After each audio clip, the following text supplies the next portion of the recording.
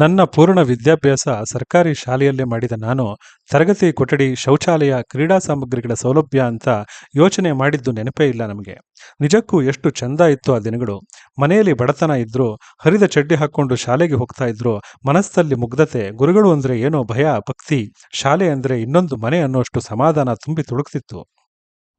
ಆ ಬೃಹತ್ ಆಟದ ಮೈದಾನಗಳು, ಸಾಲು ಸಾಲು ಹಸಿರು ಮರಗಳು, ವಿಶಾಲವಾದ ಶಾಲೆ, ಅದಕ್ಕಿಂತ ವಿಶಾಲವಾದ ಹೃದಯವಿದ್ದ ಹೆಡ್ ಮಾಸ್ಟರ್ರು, ಟೀಚರ್ಸು, ನಿಜಕ್ಕೂ ಸ್ವರ್ಗ ಕಣ್ರಿ ಅದು. ಆಗ ಕಲಿಸ್ತಾ ಇದ್ದ ಗುರುಗಳು ಅಷ್ಟೇ ಎಷ್ಟೊಂದು ಅಕ್ಕರೆ ಪ್ರೀತಿಯಿಂದ ಕಲಿಸ್ತಾ ಇದ್ರು.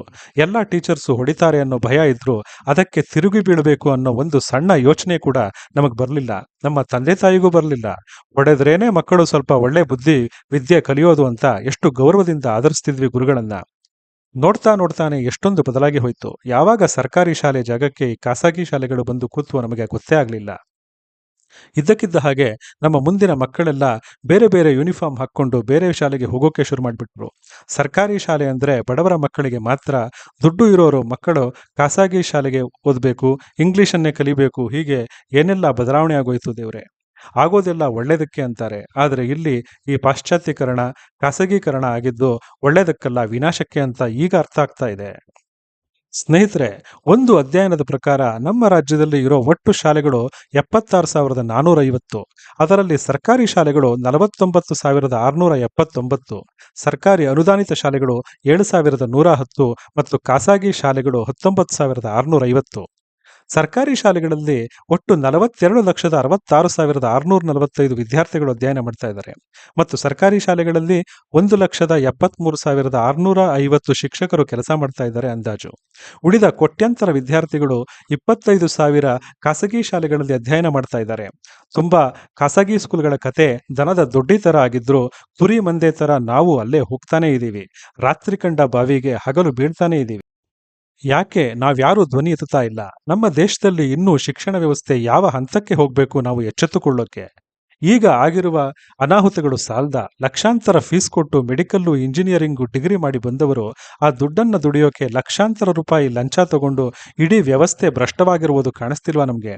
ಎಷ್ಟೋ ಸಿವಿಲ್ ಸರ್ವಿಸ್ ಎಕ್ಸಾಮ್ಗಳಲ್ಲೂ ಬೇಕಾದಷ್ಟು ಭ್ರಷ್ಟಾಚಾರ ಆಗಿ ಅಸಮರ್ಥರ ಕೈಗೆ ಅಧಿಕಾರ ಸಿಕ್ಕಿ ದೇಶ ನೆಲಕಚ್ಚಿರೋದು ಇನ್ನೂ ಸಾಕಾಗಿಲ್ವಾ ನಮಗೆ? ಇನ್ನೂ ಶಿಕ್ಷಣ, ನೈತಿಕತೆ, ಯಾವುದೇ ವಿದ್ಯಾರ್ಹತೆ ಇಲ್ಲದೆ ದೇಶ ಆಳೋಕೆ ಸಾಧ್ಯವಿರುವ ರಾಜಕಾರಣಿಗಳ ಬಗ್ಗೆ ನಾನು ಮಾತಾಡೋಲ್ಲ. ನಾವು ನಮ್ಮ ದೇಶದಲ್ಲಿ ಸರ್ಕಾರಕ್ಕೆ ಇಷ್ಟೊಂದು ತೆರಿಗೆ ಕಟ್ಟಿದ್ರು ನಮಗೆ ಸರ್ಕಾರಿ ಶಾಲೆಗಳ ಮೇಲೆ ಯಾಕೆ ನಂಬಿಕೆ ಇಲ್ಲ? ನಮ್ಮ ಮಕ್ಕಳನ್ನ ಕಳಿಸೋ ಧೈರ್ಯ ಯಾಕೆ ಬರ್ತಿಲ್ಲ? ಫಸ್ಟ್ ಸ್ಟ್ಯಾಂಡರ್ಡ್ ಮಗುಗೆ 2 ಲಕ್ಷ ಫೀಸ್ ಕಟ್ಟಿದ್ರೆ ಒಬ್ಬ ಬಡ ಅಪ್ಪನಿಗೆ ಈಗಿನ ಪರಿಸ್ಥಿತಿಯಲ್ಲಿ ಕಳ್ಳತನ ಮಾಡದೆ ಬೇರೆ ವಿಧಿ ಇಲ್ಲ ಅಲ್ವಾ? ಎಷ್ಟೋ ಕುಟುಂಬಗಳು 3 ಲಕ್ಷ ಆದಾಯದಲ್ಲಿ 1 ವರ್ಷ ಜೀವನ ಮಾಡ್ತಾರೆ. ಅಂಥದ್ರಲ್ಲಿ ಒಂದು ಮಗುವಿಗೆ ಫಸ್ಟ್ ಸ್ಟ್ಯಾಂಡರ್ಡ್ಗೆ 2 ಲಕ್ಷ ಫೀಸ್ ಅಂದ್ರೆ ಎಂಥ ವಿಚಿತ್ರ ಅಲ್ವಾ ಸ್ನೇಹಿತರೆ? 2023-24 ಶೈಕ್ಷಣಿಕ ವರ್ಷದಲ್ಲಿ ಕಡಿಮೆ ದಾಖಲಾತಿಯಿಂದಾಗಿ 567 ಸರ್ಕಾರಿ ಶಾಲೆಗಳು ಮುಚ್ಚಲ್ಪಟ್ಟಿವೆಯಂತೆ.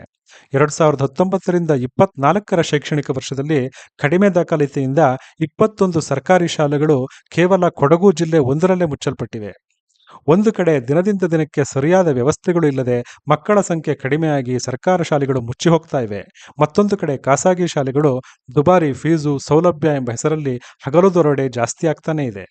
ಈಗ ನಾವು ಎಚ್ಚೆತ್ತುಕೊಂಡು ಧ್ವನಿ ಎತ್ತಿ ನಮ್ಮ ಶಿಕ್ಷಣ ಪದ್ಧತಿನ ಸರಿ ಮಾಡಿಕೊಳ್ಳಲಿಲ್ಲ ಅಂದ್ರೆ ಇದನ್ನ ಸರಿ ಮಾಡೋಕೆ ಮತ್ತೆ ಒಬ್ಬ ಮಹಾನ್ ವ್ಯಕ್ತಿ ಹುಟ್ಟಿ ಬರಲಿ ಅಂತ ಕಾಯ್ತಾ ಕೂರ್ಬೇಕಾಗತ್ತೆ.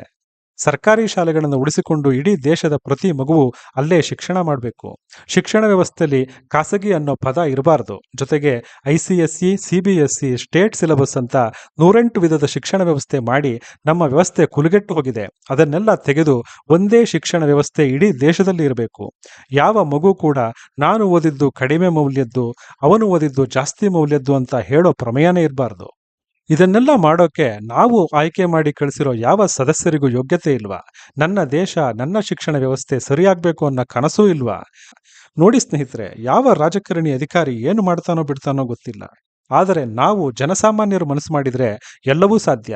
ಇಂದಿನಿಂದಲೇ ಸರ್ಕಾರಿ ಶಾಲೆಗಳ ಬಗ್ಗೆ ಅಧ್ಯಯನ ಮಾಡಿ, ಅಲ್ಲಿ ಸೌಲಭ್ಯಗಳು ಕಡಿಮೆ ಇದ್ದರೆ ಅದನ್ನು ಸಂಬಂಧಪಟ್ಟ ಅಧಿಕಾರಿಗಳ ಗಮನಕ್ಕೆ ತನ್ನಿ. ನಮ್ಮ ಮಕ್ಕಳನ್ನ ಅಲ್ಲಿಗೆ ಅಡ್ಮಿಷನ್ ಮಾಡಿಸೋಣ. ನಮ್ಮ ಶಿಕ್ಷಣ ವ್ಯವಸ್ಥೆಯ ಉಳಿವಿಗೆ ಒಂದಾಗಿ ನಿಲ್ಲೋಣ. ಮುಂದಿನ ಕೆಲವು ವರ್ಷಗಳಲ್ಲಿ ನಮ್ಮ ಹೋರಾಟಕ್ಕೆ ಇಡೀ ದೇಶದಲ್ಲಿ ಏಕರೂಪದ ಉಚಿತ ಶಿಕ್ಷಣ ಪ್ರತಿ ಮಗುವಿಗೂ ಸಿಗಬೇಕು. ಈ ವಿಡಿಯೋ ಮತ್ತಷ್ಟು ಸತ್ಯ ಮಾಹಿತಿಯೊಂದಿಗೆ ಸಂಚಿಕೆ 2ರಲ್ಲಿ ಮುಂದುವರಿಯುತ್ತದೆ. ನಿಮ್ಮ ಅಭಿಪ್ರಾಯಗಳನ್ನು ಕಮೆಂಟ್ ಬಾಕ್ಸ್ನಲ್ಲಿ ತಿಳಿಸಿ ಮತ್ತು ಈ ಹೋರಾಟಕ್ಕೆ ನಿಮ್ಮ ಬೆಂಬಲ ಇದ್ದರೆ ನಮ್ಮ ವಿಡಿಯೋವನ್ನು ಲೈಕ್ ಮಾಡಿ ಮತ್ತು ಶೇರ್ ಮಾಡಿ. ಮುಂದಿನ ಸಂಚಿಕೆಗಳು ಮತ್ತು ಬೇರೆ ಬೇರೆ ಉತ್ತಮ ಮಾಹಿತಿಗಾಗಿ ನಮ್ಮ ಚಾನೆಲ್ನ ಸಬ್ಸ್ಕ್ರೈಬ್ ಮಾಡಿ. ಜೈ ಹಿಂದ್, ಜೈ ಕರ್ನಾಟಕ.